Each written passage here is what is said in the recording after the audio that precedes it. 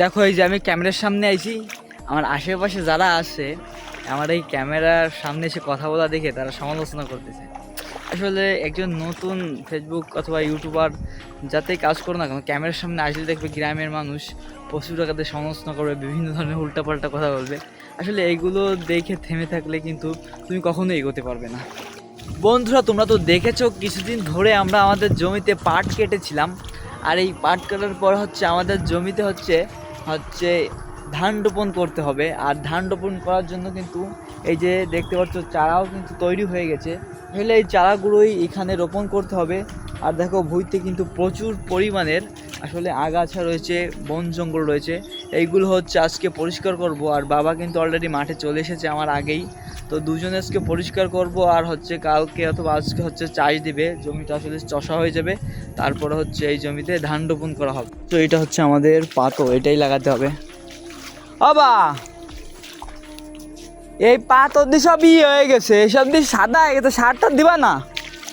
আসলে আমাদের ধানের চারাতে একটু সার কম দেওয়া হয়ে গেছে, তার কারণেই এই সমস্যাটা হয়েছে। দেখো সব কালার কিন্তু জ্বলে গিয়েছে। আসলে ধানের কালার থাকে সবুজ, কিন্তু হয়ে গেছে আসলে লাল খটকা দিয়ে গেছে। এটার কারণ হচ্ছে একটু সার কম দেওয়া হয়ে গেছে, তবে ওটা কোনো ব্যাপার না, পরবর্তীতে সার দিলে আবারও সবুজ হয়ে যাবে। দেখো কিন্তু আমাদের জমিতে কিন্তু প্রচুর আগাদের আগাছা হয়েছে, আর এই আগাছাগুলো পরিষ্কার করতে হবে সারাদিন ধরে। পরিষ্কার করার পর এই জমিতে হচ্ছে ধান রোপণ করার প্রস্তুত হবে। আর দেখো এখানে কিন্তু চাষ দিব, কিন্তু চাষ দেওয়ার আগে যে নতুন জল এসেছে, আসলে প্রচুর পরিমাণের বর্তমান বর্ষা হচ্ছে, আর এই বর্ষাতে নতুন জল এসেছে, আর এই জলেতে নতুন নতুন মাছ এসেছে। আর আমি এই জলের ভিতর কিছু মাছ ধরার চেষ্টা করলাম, কিন্তু ধরতে পারিনি যেহেতু জলটা অনেক বেশি, তার কারণে।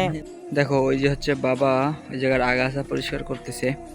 আসলে এই যে জমিতে যত ধরনের আগাছা আছে, ময়লা আছে, এগুলো হচ্ছে আমি পরিষ্কার করছি। আর উনি হচ্ছে চারিপাশে এই পাশে যেসব আছে না, এইগুলো সব পরিষ্কার করছি।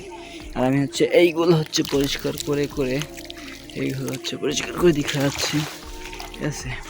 আর তোমরাই দেখো পাট কাটার পর জমিটার অবস্থা কি পরিমাণের খারাপ। দেখো প্রচুর আকারের কিন্তু জঙ্গল হয়েছে, আর এই জঙ্গল না সাফ করা পর্যন্ত কিন্তু ভুঁই লাগানোর উপযুক্ত হবে না। আর আমি জমিতে এসে যে কাজটা করছি সেটা হচ্ছে এই যে দেখছো পাট, এগুলো হচ্ছে গাড়িতে জড়াই যাবে, তার জন্য হচ্ছে এইগুলো হচ্ছে সব জায়গায় ঘুরে ঘুরে এইগুলো হচ্ছে পরিষ্কার করে করতেছি। সারা জমিতে এইগুলো যেখানে যেখানে আছে সব জায়গা হচ্ছে এইগুলো আমার এখন খোঁজা লাগতেছে। এই যে দেখতে সব এগুলো ফেলাই দিতে হবে বাইরে নিয়ে। দেখো আমাদের আগাছা কিন্তু পরিষ্কার হয়ে গেছে, এই পার দিয়ে হয়ে গেছে, আর এই জায়গা অল্প একটু আছে। আসলে এই গাছের ডালগুলো আসলে কাটলে এমনি সব জায়গা পরিষ্কার হয়ে যায়।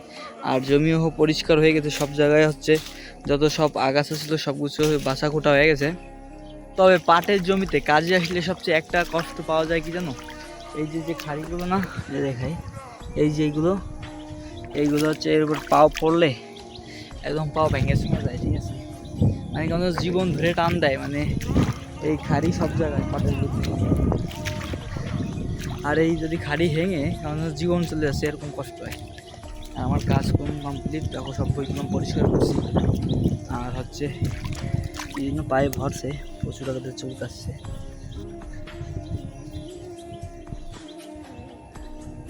তাই এখন বাড়ি চলে যাচ্ছি।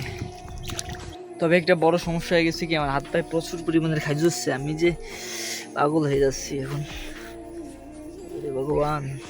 তো বন্ধুরা, আজকের ভিডিওটা এই পর্যন্ত। আসলে আমার পায়ের অবস্থা প্রচুর পরিমাণের খারাপ, তাই আজকে বিদায় নিচ্ছি। তোমরা একটা ভিডিওতে আবারও দেখা হবে, তার জন্য সবাই সাবস্ক্রাইব করে পাশে থাকার অনুরোধ রইল।